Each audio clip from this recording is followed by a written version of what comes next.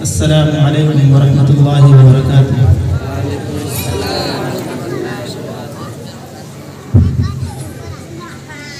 अल्हम्दुलिल्लाहि वहदह वस्सलातु वस्सलामु अला मन ला नबिय्य बअदह, अम्मा बअद।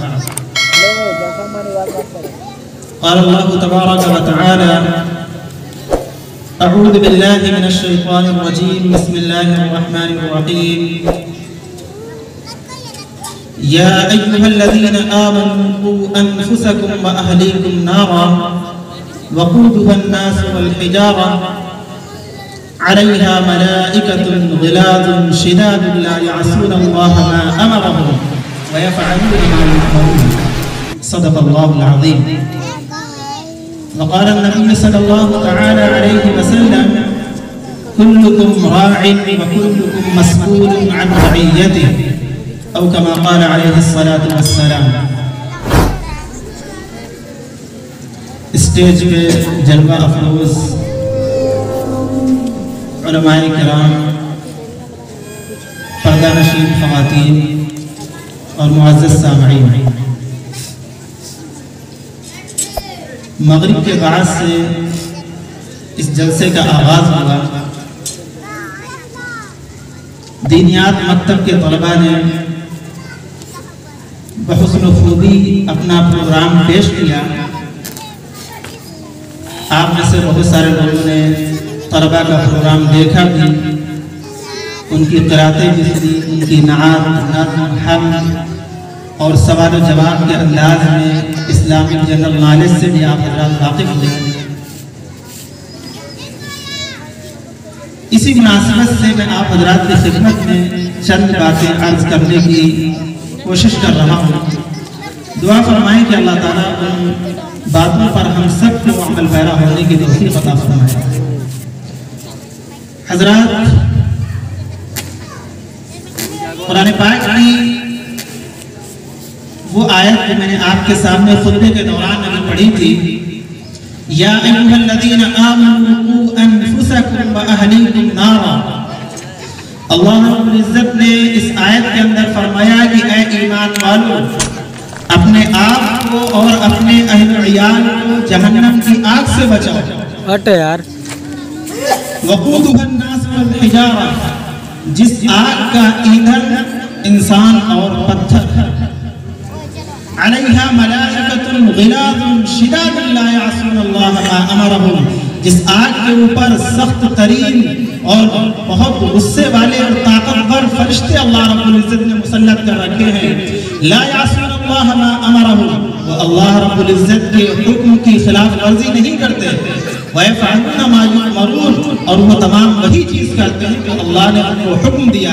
यानी ऐसा नहीं होगा कि अगर किसी शख्स के लिए जहन्नम का फैसला हो जाए, कोई शख्स जहन्नम में जाने लगे, अल्लाह रब्बुल इज़्ज़त के फरिश्ते उसको ले जा रहे हैं और वो शख्स गिड़गिड़ा कर फरिश्तों के सामने अगर आजिज़ी करे और कहे कि मुझे छोड़ दो, मेरे ऊपर तरस खाओ, रहम खाओ, तो फरिश्ते रहम खाने वाले नहीं, इसलिए कि अल्लाह रब्बुल इज़्ज़त के हुक्म के मुताबिक वो काम करते हैं। अल्लाह ने उनको हुक्म दिया है कि ये जहन्नम का मुस्तहिक है, ये अल्लाह का नाफरमान है, लिहाजा अब ये फरिश्ते उसके ऊपर तरस खाने वाले और रहम खाने वाले नहीं। कुरान पाक की इस आयत का जो पहला हिस्सा है, या अय्युहल्लज़ीना आमनू क़ू अन्फुसकुम, इसके ऊपर हमें और आपको गौर करने की जरूरत है कि अल्लाह रब्बुल इज़्ज़त इस आयत के जरिए से पूरे तमाम इंसानों को क्या पैगाम दे रहे हैं। अल्लाह ने फरमाया आग से बचाओ। जरा गौर करें कि जिस वक्त ये आयत नाजिल हुई इसके पहले मुखातब सहाबे किराम रिज़वानुल्लाहि तआला अलैहिम अजमाइन थे। मदीने के अंदर ये आयत नाजिल होती है और अल्लाह रब्बुल इज्जत इस आयत को नाजिल करके सहाबे किराम जो पहले मुखातब हैं गोया कि उनसे ये कहा जा रहा है कि तुम अपने आप को और अपने अहलो अयाल को, अपने बीवी बच्चों को जहन्नम की आग से बचाओ। क्या कुछ ऐसा मामला था कि वहाँ के ऊपर कोई आग जल रही थी मदीने के अंदर कि उसमें सहाबे किराम के बच्चे और उनके अहले अयाल उसके अंदर जा रहे थे, गिरे जा रहे थे कि अल्लाह रब्बुल इज्जत को रोकना पड़ा और कहना पड़ा कि अपने आप को और अपने अहले अयाल को आग से बचाओ? हरगिज़ ऐसा तो नहीं। सीरत की किताबों में और मुख्तलिफ तारीखी किताबों में आपको कहीं भी ऐसा कोई वाक़या नहीं मिलेगा। फिर आखिर मतलब क्या है इस आयत का?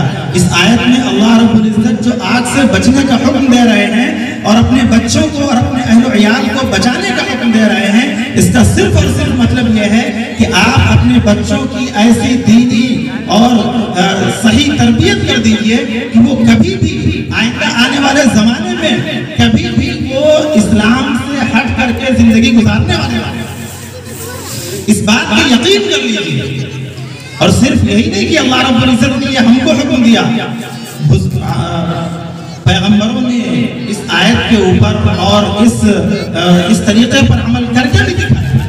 हज़रत याकूब अलैहिस्सलाम का वाक़या है, अम कुंतुम शुहदा इज़ हज़र याकूब अल मौत। सूरतुल बकरा में अल्लाह रब्बुल इज्जत ने इसका जिक्र फरमाया कि अम कुंतुम शुहदा, क्या तुम इस वक्त मौजूद थे इज़ हज़र याकूब अल मौत, जब याकूब अलैहिस्सलाम की मौत का वक्त करीब था तो उन्होंने अपने तमाम बच्चों को बुलाया और उन बच्चों से सवाल किया, माता अबूदूना मिन बादी, ऐ मेरे बेटो कि तुम मेरे बाद किसकी इबादत करोगे? यानी एक नबी याकूब अलैहिस्सलाम नबी है और ये नबी अपने बच्चों को बुला करके उनकी फिक्र कर रहा है। अपनी जिंदगी में तो उन्होंने उनकी अच्छी तरबियत की, लेकिन जिंदगी से जिस जिंदगी का इख्तिताम हो रहा है इसके बाद की तो अगली जिंदगी होगी, वो उसमें चले जाएंगे, लेकिन जो बच्चे उनके मौजूद होंगे, जो उनके अहलो अयाल, जो खानदान आगे चलने वाला है, इनके ईमान की फिक्र के तहत याकूब अलैहिस्सलाम अपने बच्चों को बुला करके उनसे पूछते हैं, माता अबूदूना मिन बादी, ऐ मेरे बेटो मेरे दुनिया से रुखसत हो जाने के बाद तुम किसकी इबादत करोगे? तो याकूब अलैहिस्सलाम के बेटों की जो तरबियत थी उन्होंने उसी तरबियत के लिहाज से जवाब दिया, क़ालू नअबुदु इलाहक व इलाह आबाइक, ऐ इब्राहीम अलैहिस्सलाम, ऐ याकूब अलैहिस्सलाम, हम आपके वालिद और आपके दादा या इब्राहीम अलैहिस्सलाम के ही नक्शे कदम पर चलेंगे। यानी उनकी ये तरबियत का असर था। जरा हमें गौर करने की जरूरत है कि हम अपने बच्चों की दीनी तालीम के तहत कितने फिक्र हैं।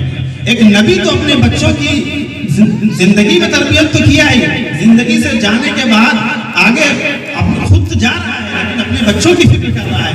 हम कितनी अपने बच्चों की फिक्र कर रहे हैं, ये हमें गौर करने की जरूरत है। हर वालिद की यह जिम्मेदारी है कि अपने बच्चों की, अपनी बीवियों की फिक्र करे कि वो अल्लाह के हुक्मों के मुताबिक, दीन और ईमान के मुताबिक वो जिंदगी गुजारे। ये हर शख्स की जिम्मेदारी है। और मैंने आपके सामने अल्लाह के नबी सल्लल्लाहु अलैहि वसल्लम की हदीस पाक पढ़ी, कुल्लुकुम राइन व कुल्लुकुम मस्ऊलुन अन रइयती। अल्लाह के नबी सल्लल्लाहु अलैहि वसल्लम ने फरमाया कि तुम में से हर शख्स जिम्मेदार है और हर शख्स से उसकी जिम्मेदारी के बारे में कल क़यामत के दिन पूछ होगी अगर उसने अपनी जिम्मेदारी को नहीं निभाया। एक वालिद अगर अपने बच्चों की सही तरबियत नहीं किया, एक शौहर अगर अपनी बीवी की फिक्र नहीं की, उसके दीन और ईमान की और अकायद की फिक्र नहीं की, तो इसकी कल क़यामत के दिन पकड़ होगी।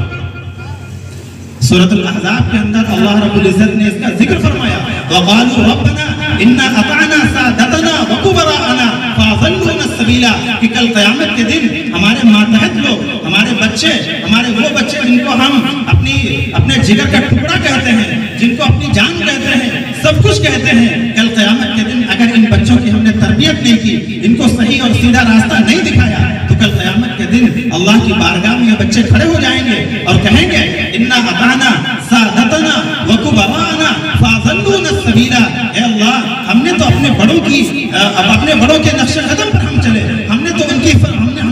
हमने उनकी ताबेदारी की। या अल्लाह, उन्होंने जैसा मुझे रास्ता दिखाया मैंने उसके ऊपर अमल किया। अगर वो चाहते हैं कि मैं नेक बंदा, अगर वो चाहते हैं कि मैं मस्जिद को आबाद करने वाला नमाजी बनता, पक्का सच्चा मुसलमान बनता तो यकीनन मैं बन जाता, लेकिन मेरे वालिदैन ने कोई फिक्र नहीं की, लिहाजा इसमें कसूर मेरे वालिदैन, फ़अज़ल्लूना सबीला, इसमें कसूर हमारे वालिदैन का है। रब्बना आतिहिम ज़िअफ़ैनि मिनल अज़ाब, लिहाजा वो बच्चे कल क़यामत के दिन अल्लाह की बारगाह में कहेंगे रब्बना आतिहिम, ऐ हमारे रब तो उनको ज़िअफ़ैनि मिनल अज़ाब, दोगुना अज़ाब, वलअनहुम लअनन कबीरा, और उनको अपनी रहमत खासा से दूर कर दे। दोगुना अज़ाब किस बात का? एक तो खुद राह रास्त पर नहीं थे और दूसरे हमको राह रास्त पर नहीं थे। तो मेरे मोहतरम बुजुर्गों दोस्तों, हमें गौर करने की जरूरत है कि अपने बच्चों का हम मकतब के जरिए से उनके ईमान की और अकायद की हिफाजत करें। ये एक वालिद की जिम्मेदारी है। मैं आप हज़रात के सामने इस कुर्बान के तहत इसलिए बोल रहा हूँ कि यहाँ पर आपके गांव में अच्छी खासी आबादी है, लेकिन उस अच्छी खासी आबादी में आपके मकतब में जो बच्चे पढ़ने आते हैं उनकी तादाद 40 से 50 है। जरा गौर करें कि आपके गांव में क्या 40-50 बच्चे होंगे?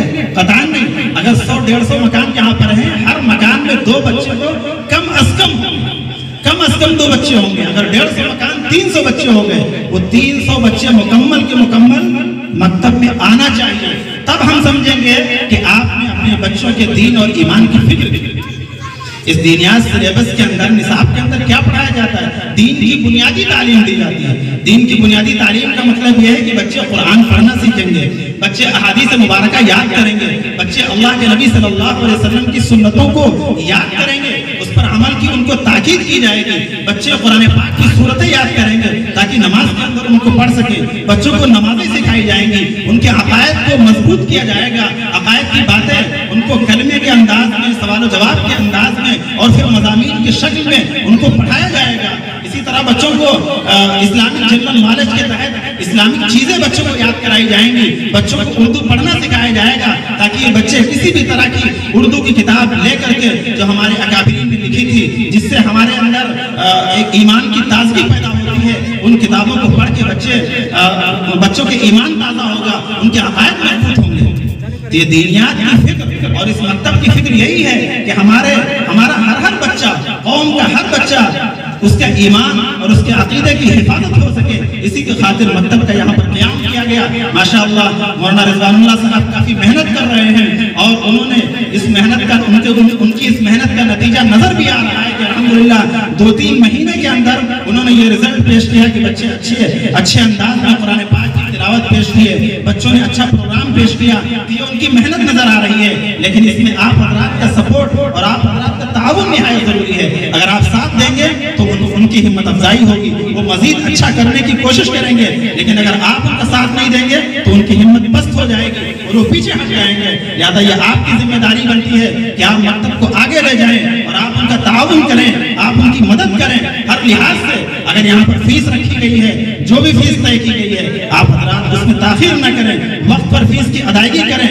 अगर आप उस्ताद को खुश रखेंगे तो इंशाअल्लाह उस्ताद भी आपके बच्चों पर दिल और जान से मेहनत करेगा और उसका नतीजा इंशाअल्लाह फिर आप देखेंगे कि आपके बच्चे इंशाअल्लाह पक्के सच्चे मुसलमान बन करके हमारे सामने आएंगे। अल्लाह रब्बुल इज्जत से दुआ है कि अल्लाह ताला हम सबको इन कही हुई बातों पर अमल करने की तौफीक अता फरमाए। आमीन। व आखिरु दावाना अल्हम्दुलिल्लाहि रब्बिल आलमीन। माशाअल्लाह, जज़ाकल्लाह। हज़रत मौलाना सलाहुद्दीन साहब